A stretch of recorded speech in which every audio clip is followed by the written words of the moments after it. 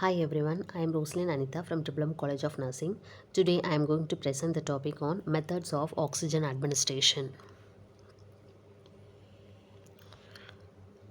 So the objectives, introduction, definition, purposes, methods of oxygen administrations. In that we can see the low flow oxygen delivery devices, high flow oxygen delivery devices, enclosure oxygen devices, oxygen delivery via artificial airways, emergency oxygen delivery, and conclusions. Introduction. Oxygen is essential for normal functioning of all body tissues, and an adequate supply is necessary to maintain life. Under normal conditions, atmospheric air contains about 21% oxygen, which is sufficient for healthy individuals. In many disease conditions such as respiratory disorders, cardiac problems, trauma, or during surgery, the body may not receive enough oxygen. This lack of oxygen can lead to hypoxia, which can cause serious complications if not treated promptly. Oxygen administration is the therapeutic process of delivering oxygen in concentrations higher than room air. The main aim of the oxygen therapy is to improve oxygen levels in the blood and tissues. Oxygen administration is the therapeutic process of supplying oxygen at a concentration higher than that of atmospheric air to a patient in order to prevent or treat hypoxia and to maintain adequate oxygen levels in the body and body tissues.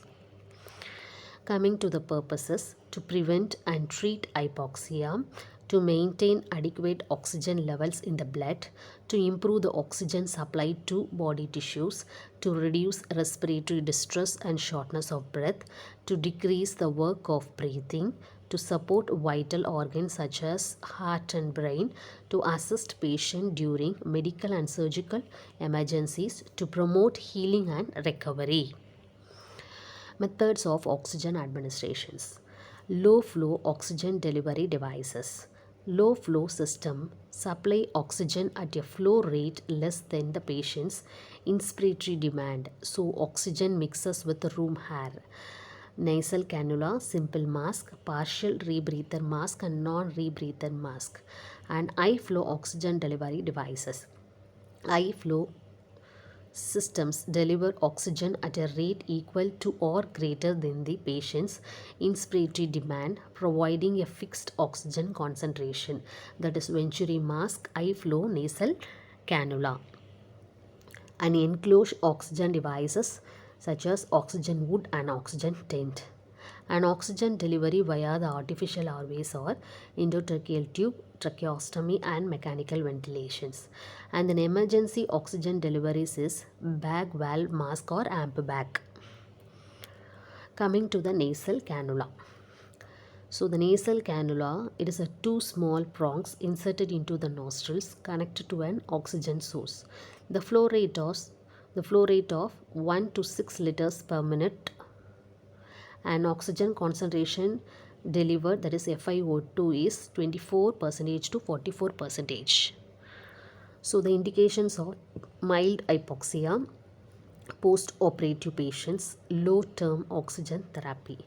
And coming to the advantages, comfortable, patient can eat, talk and cough, easy to use.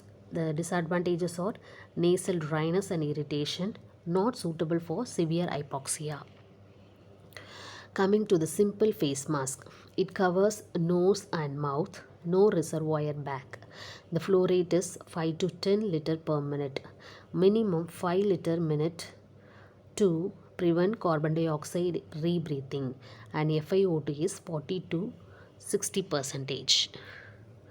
Indications are moderate oxygen requirements, short-term oxygen therapy, and advantages are deliver higher oxygen than nasal cannula. Disadvantages interferes with heating and speaking, risk of carbon dioxide retention at low flow. Coming to the partial rebreather mask or non-rebreather mask. The face mask with the reservoir bag, no one-way valve. That is flow rate is 6 to 10 liter per minute, FiO2 60 to 80 percentage. And indications are patients needing high oxygen concentration but breathing spontaneously. The advantages are higher oxygen delivery than simple mask. The disadvantages are bag must remain partially inflated and not suitable for patients with poor breathing effort. Coming to the non-rebreather mask, mask with reservoir bag and one-way valves. It prevents inhalation of room air and rebreathing of exhaled air. The flow rate is 10 to 15 liter per minute and FiO2 is up to 90 to 95 percentage. The indications are severe hypoxia, trauma, shock, emergency situations.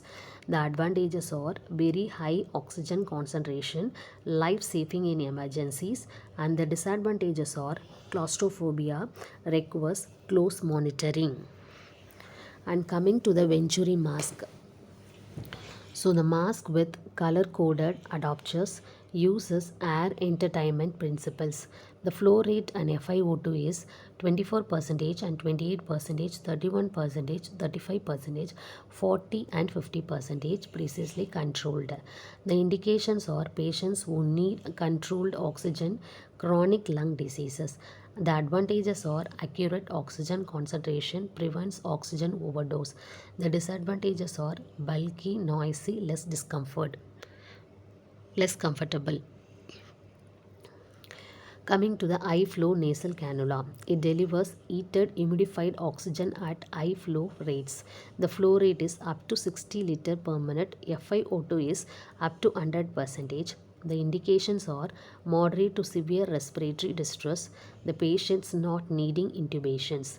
The advantages are comfortable, better oxygenation, reduces work of breathing. The disadvantages are requires special equipments and expensive. Coming to the oxygen hood, transparent hood covering the infant's head, FiO2 up to 90%. The indications are newborns with respiratory distress. Advantages are high oxygen delivery, minimal handling of infant. The disadvantages are difficult to maintain temperature, oxygen concentration may fluctuate. Coming to the oxygen tent, it encloses the patient's body in a tent-like structure. The indications are pediatric oxygen therapy, rarely used now. Disadvantages are poor oxygen control, heat and moisture accumulation.